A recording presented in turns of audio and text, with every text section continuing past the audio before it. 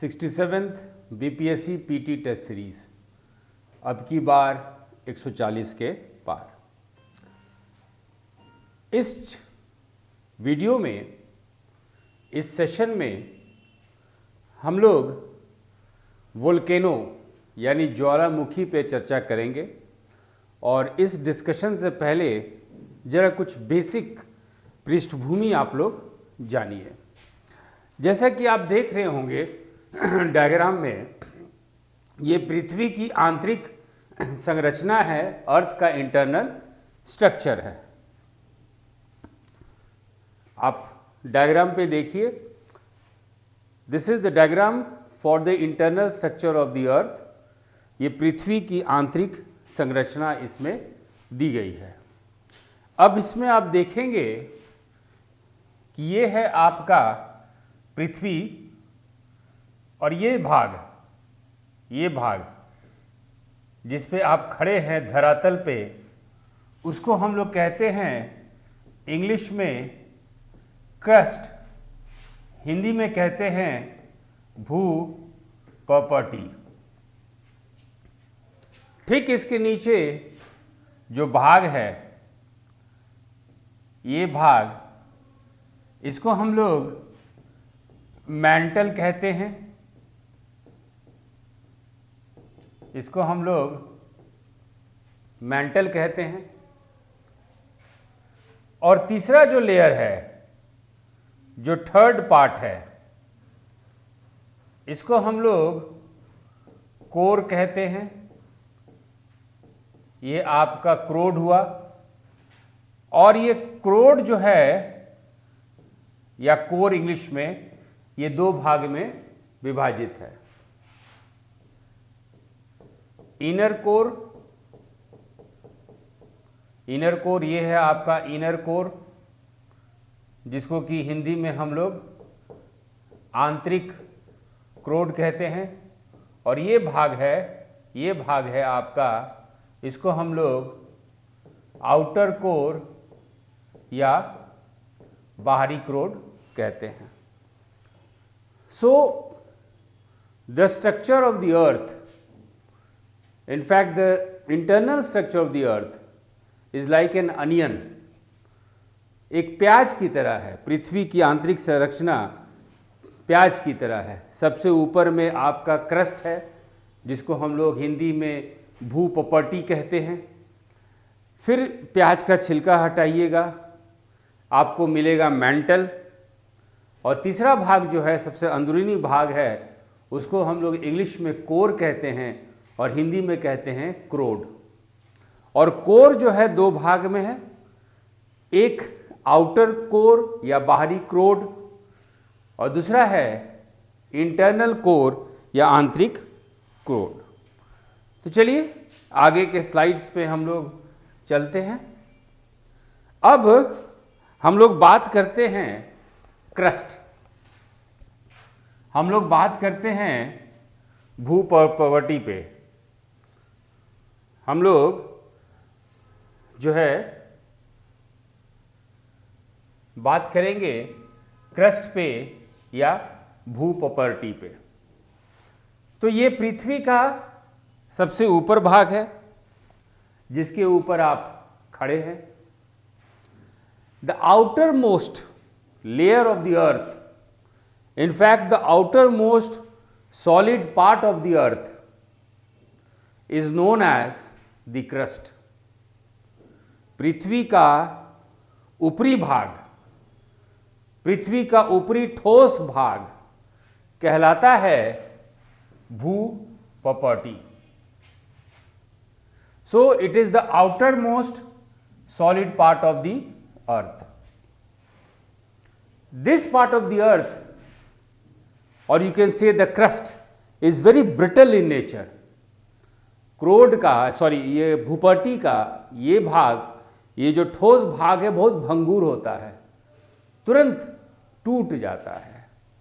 तो दूसरा कैरेक्टरिस्टिक्स याद रखिएगा कि ये ब्रिटल होता है, ये आपका भंगुर होता है। और यदि आप पृथ्वी पे देखेंगे तो पृथ्वी पे आपका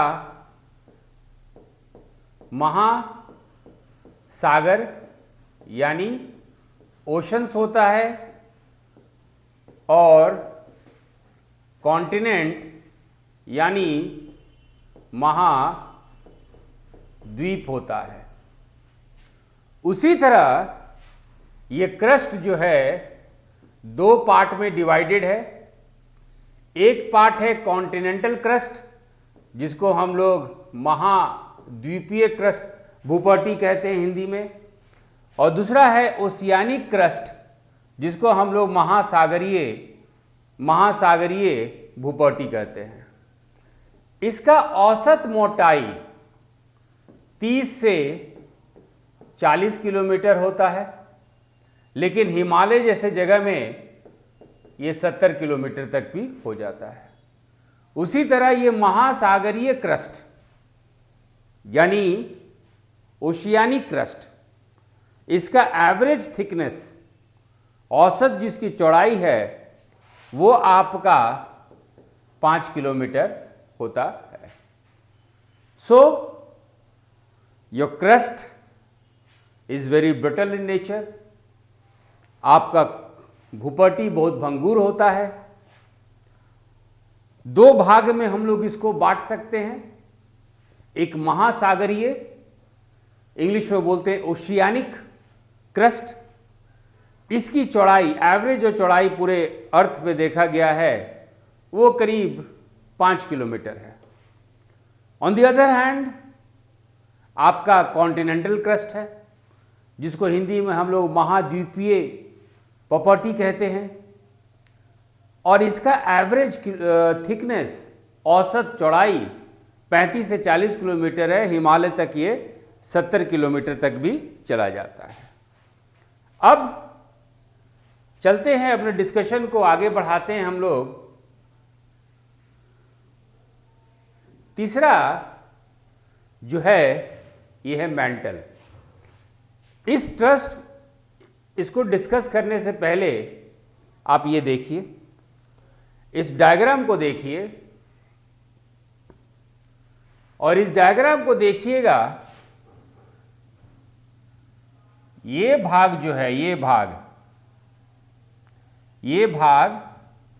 ये है एटमॉस्फेयर, वायुमंडल। आप लोगों को साफ दिखाई दे रहा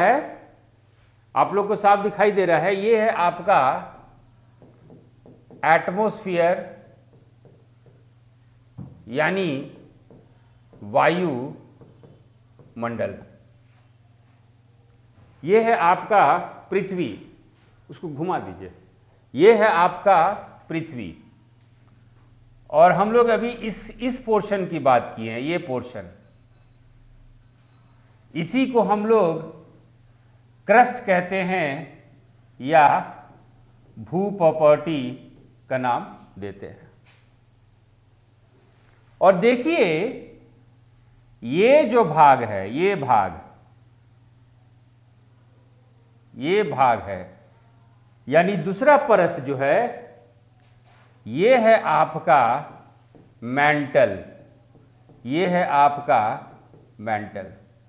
लेकिन यदि भूपटि, अर्थ क्रस्ट यहां तक है तो इस बीच के जगह को हम लोग क्या कहते हैं? मतलब ये एटमॉस्फेयर, वायुमंडल, ठीक है भाई। दूसरा धरातल, अर्थ के सरफेस जिसपे कि आप और हम खड़े हैं, वो कहलाया क्रस्ट या भूपटि।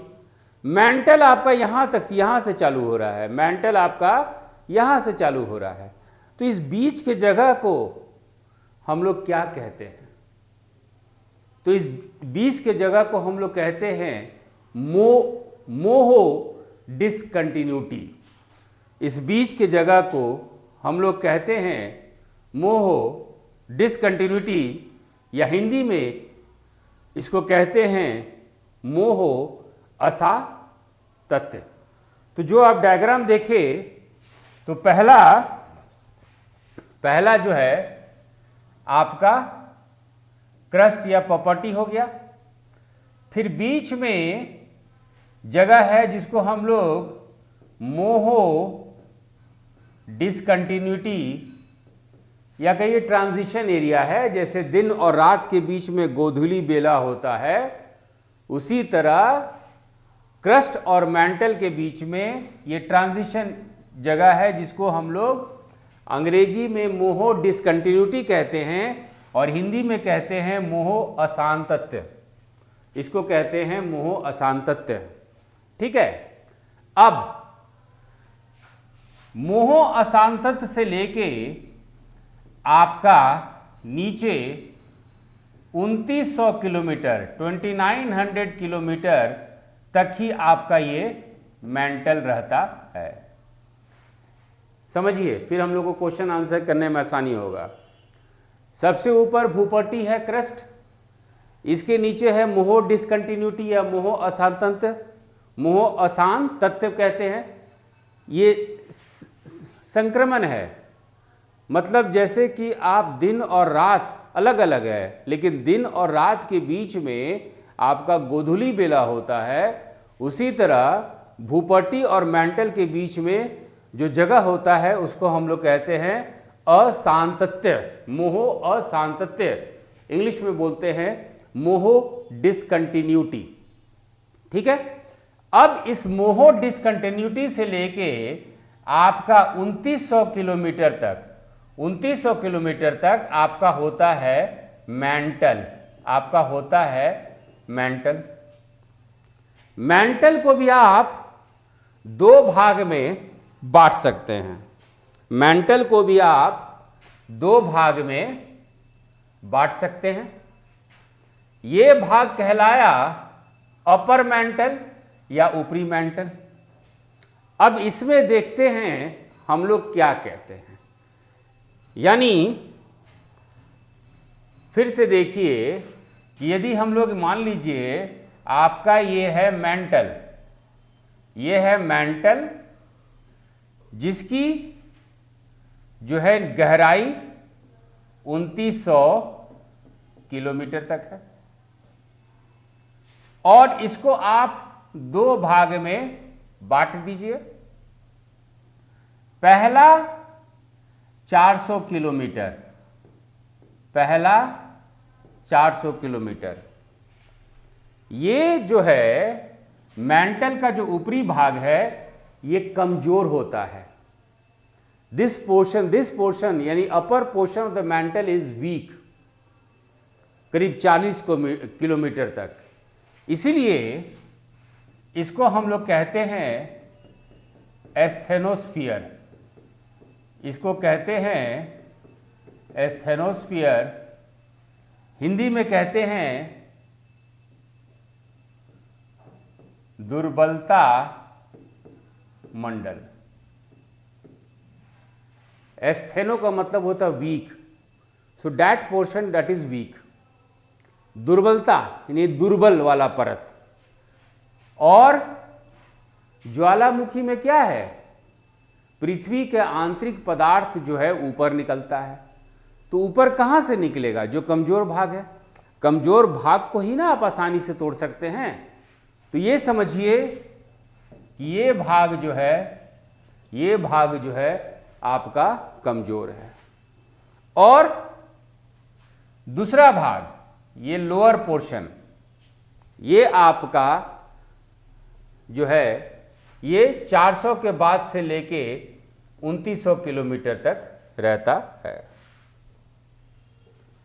अब हम लोग दुर्बलता मंडल या एस्थेनोस्फीयर को दो पार्ट में डिवाइड कर दिए।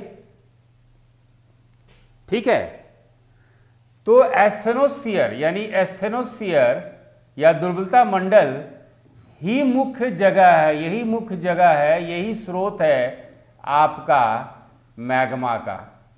यही स्रोत है आपका मैग्मा, यानी यही पदार्थ है जो पृथ्वी से बाहर निकलकर ज्वालामुखी या लावा का रूप ले लेता है।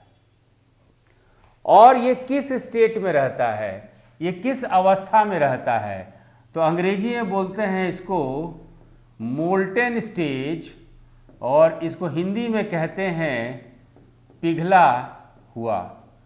हिंदी में कहते हैं पिघला हुआ।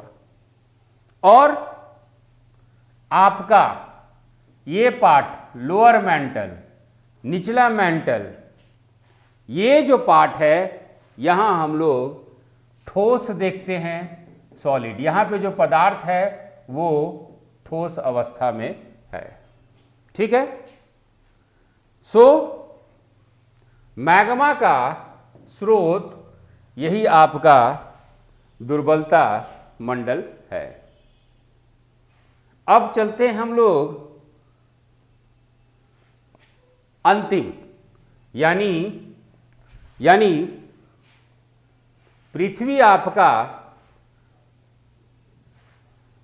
आपका प्याज है।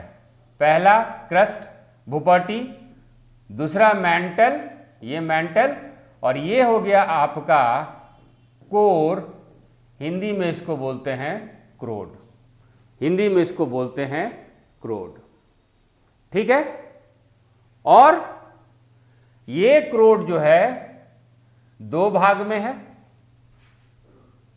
और जो बाहरी भाग है यहां पे जो पदार्थ होते हैं तरल अवस्था में होते हैं, लिक्विड स्टेट में होते हैं आउटर कोड में।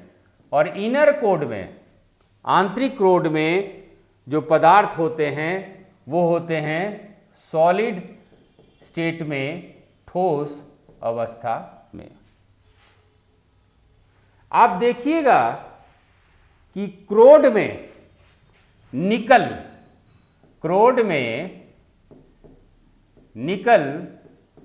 और फेरस मिलता है।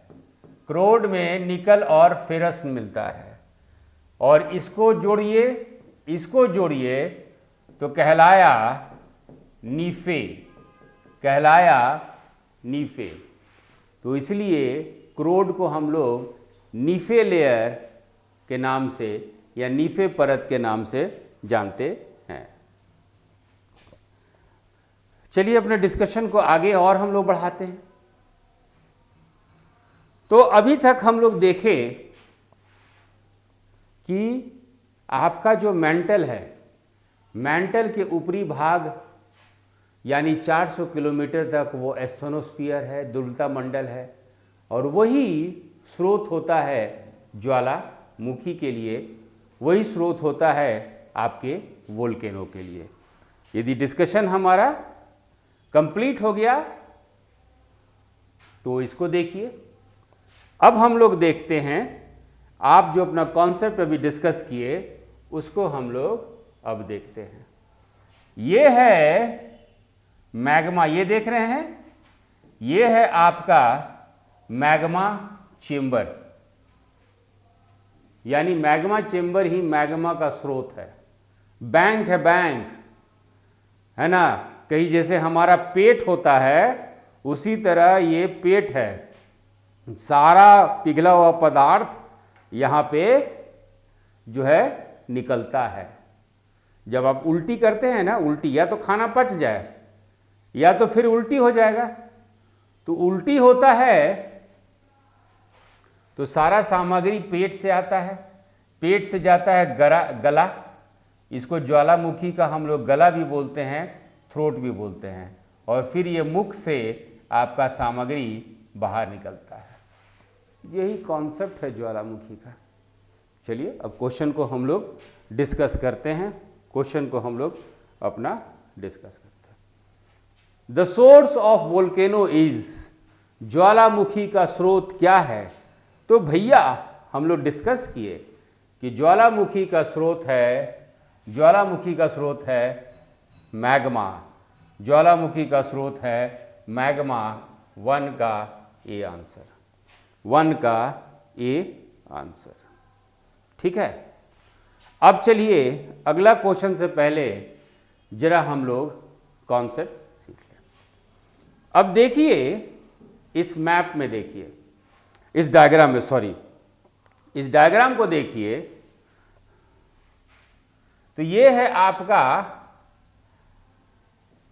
ज्वालामुखी, ये पृथ्वी का धरातल है, क्रस्ट है। ये है आपका मैग्मा चेंबर, ये है आपका मैग्मा चेंबर। मैग्मा चेंबर से मैग्मा यानी वो पिघला हुआ पदार्थ जो है बाहर निकलता है। तो जब तक ये पृथ्वी के अंदर है, जब तक ये पृथ्वी का अंदर है, इसको हम लोग कहते हैं मैग्मा। इसको हम लोग कहते हैं मैग्मा। और जहां से, और जैसे ही ये पृथ्वी से बाहर निकलता है, पृथ्वी से बाहर निकलता है, इसको कहते हैं हम लोग लावा। इसको कहते हैं हम लोग लावा। ठीक है। आप लोग सब कोई हलवा तो खाए होंगे, सूजी का हलवा। सूजी का हलवा, आज चलिए शाम को सूजी का हलवा बनाइए और खाइए और खिलाइए। जब आप सूजी का हलवा बनाइएगा तो उसको 2 भाग में बदल दीजिएगा, 2 भाग में बांट दीजिएगा। जैसे ही गरम गरम सूजी का हलवा बनाए, उसको किसी आप जो है तुरंत टेबल पर रख दीजिएगा, और दूसरा भाग जो है आप उसको फ्रिज के अंदर रख दीजिएगा। अब हम ये क्यों बोल रहे हैं कि ये जो मैग्मा बाहर निकल के लावा का रूप लेता है, तुरंत वायुमंडल के संपर्क में आने में तुरंत ठंडा हो जाता है, और तुरंत ठंडा होता है तो छोटे छोटे दाने में ये कन्वर्ट हो जाता है ना। सूजी का हलवा पे एक्सपेरिमेंट कीजिएगा। और दूसरा देखिए, ये ज्वालामुखी कब तक चलता है? आपको उल्टी कब तक होगा? जब तक कि पेट खाली ना हो जाए। तो ये मैग्मा चेंबर से जब तक पदार्थ है तब तक ज्वालामुखी होगा, और ज्वालामुखी में मैग्मा चेंबर से मैग्मा खत्म हो गया, ज्वालामुखी बंद हो गया, उद्गार उसका बंद हो गया, इरप्शंस बंद हो गया। तो कुछ मैग्मा धरती के अंदर भी रहेंगे, तो इनका वातावरण थोड़ा सा गर्म होगा, और इनका वातावरण जो बाहर निकल गए हैं वो ठंडा में आ जाएंगे, तुरंत वायुमंडल के कारण ठंडा में, तो छोटे छोटे टुकड़े में आ जाएंगे, है ना। फ्रिज में देखिएगा रख के हलवा को, और थोड़ा वो जो गर्म इलाका होगा वहां पे ये बड़े बड़े शैल का रूप लेंगे। जब मैग्मा या लावा से, जो मैग्मा या ज्वालामुखी उद्गार के कारण, वोल्केनिक इरप्शंस के कारण पृथ्वी के अंदर रहे तो मैग्मा बोलते हैं, पृथ्वी के बाहर रहे तो लावा बोलते हैं। अब जिस शब्द से जानना चाहें, मैग्मा या लावा जब भी ठंडा होता है तो एक चट्टान का रूप लेता है, एक रॉक का रूप लेता है, और वो रॉक कहलाता है अंग्रेजी में इग्नियस रॉक्स, और हिंदी में कहलाता है आग्नेय शैल।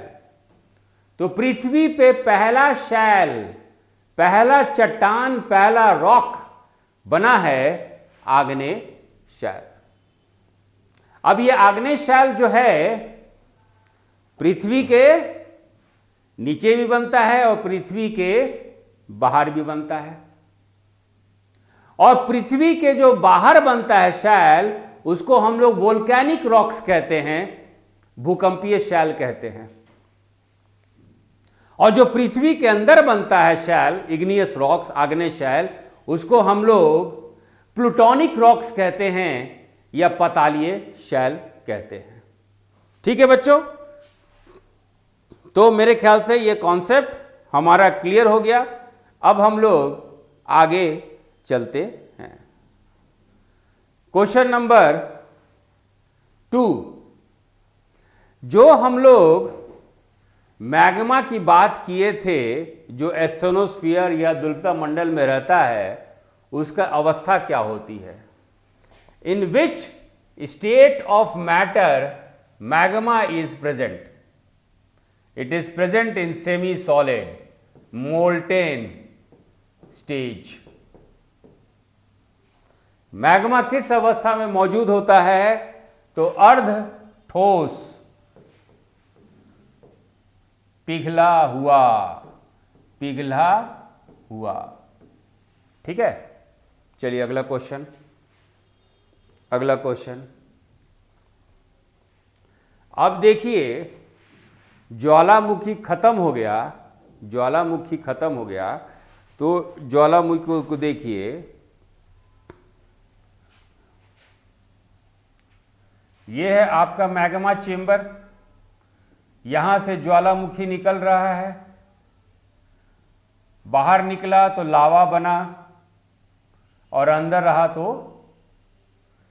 मैग्मा कहलाया।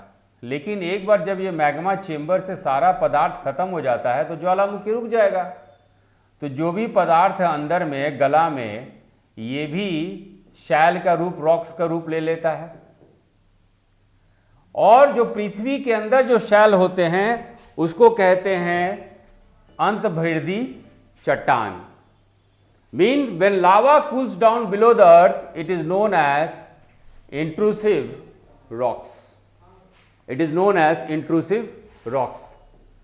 3 का बी, 3 का बी।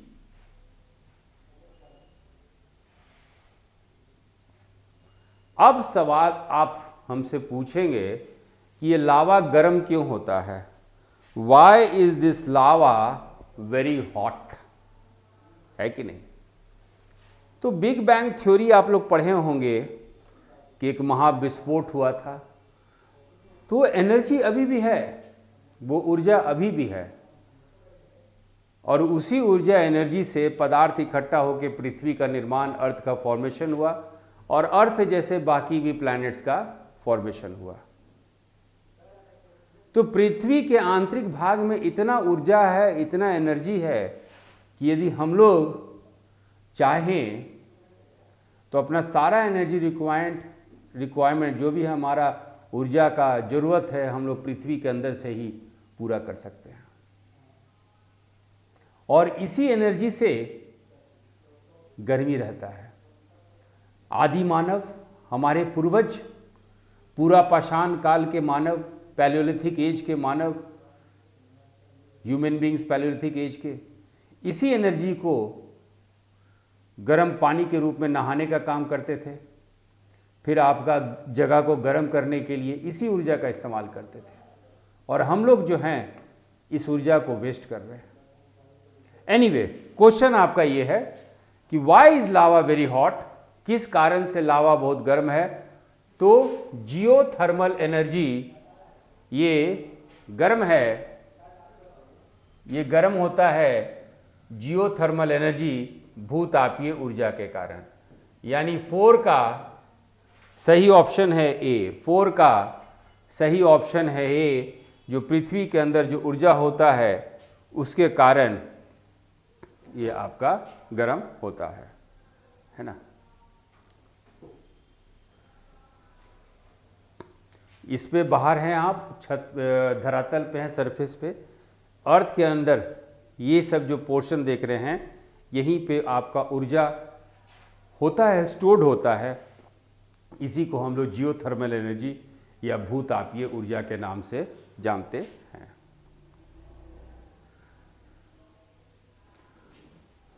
कोई क्वेश्चन छूट गया क्या? अब जो है क्वेश्चन,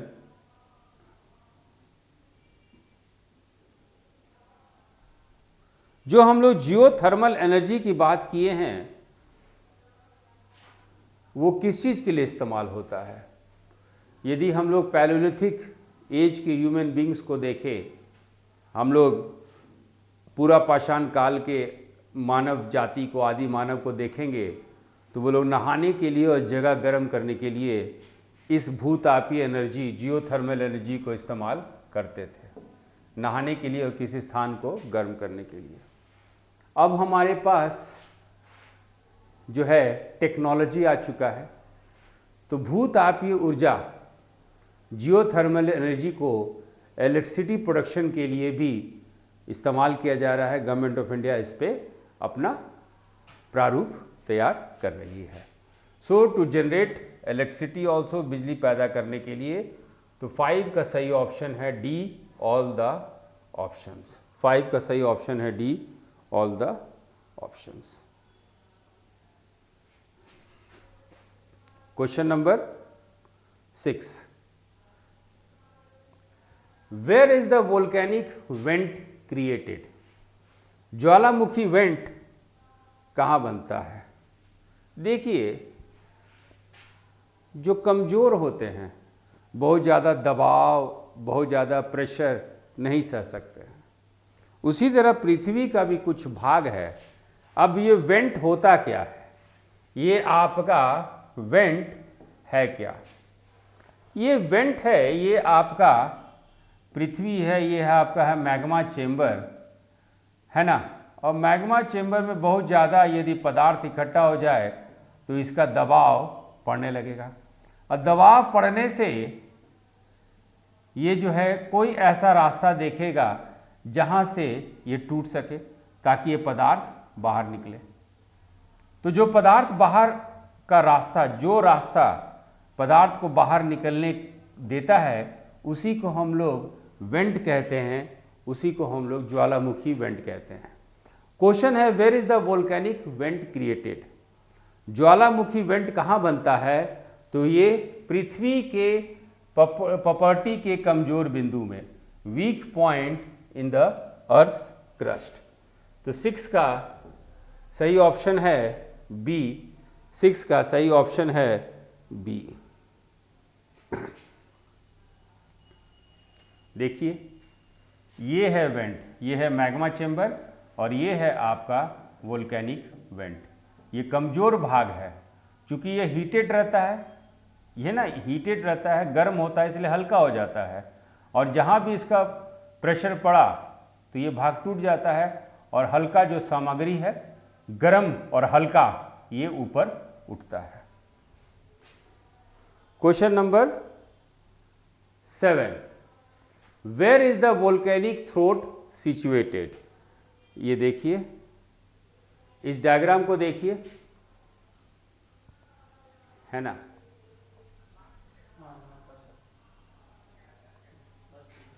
ये भाग देख रहे हैं, जैसे मनुष्य का गला होता है उसी तरह ये भी गला है, इसी को हम लोग वोल्केनिक थ्रोट कहते हैं। क्वेश्चन आपका इसी पे है, क्वेश्चन आपका इसी पे है। Where is the volcanic throat situated? Where is the volcanic throat situated? ये देख रहे हैं, ये है वोल्केनिक, ये पोर्शन देख रहे हैं, ये पोर्शन यही है वोल्केनिक थ्रोट, इसी को ज्वालामुखी का गला कहते हैं। ठीक है, तो where is the volcanic throat situated? Where is the volcanic throat situated? In the uppermost section of the main vent. ज्वालामुखी गला कहाँ स्थित होता है? मुख्य वेंट के ऊपर वाले भाग में। 7 का सही ऑप्शन है ए, 7 का सही ऑप्शन है ए।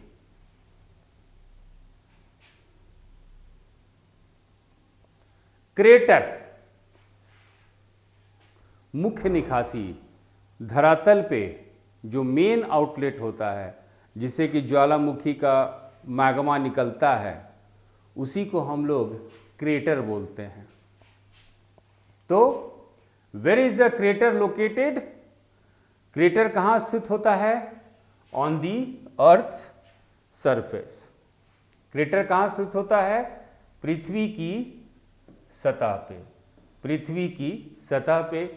8 का सही ऑप्शन है ए, 8 का सही ऑप्शन है ए।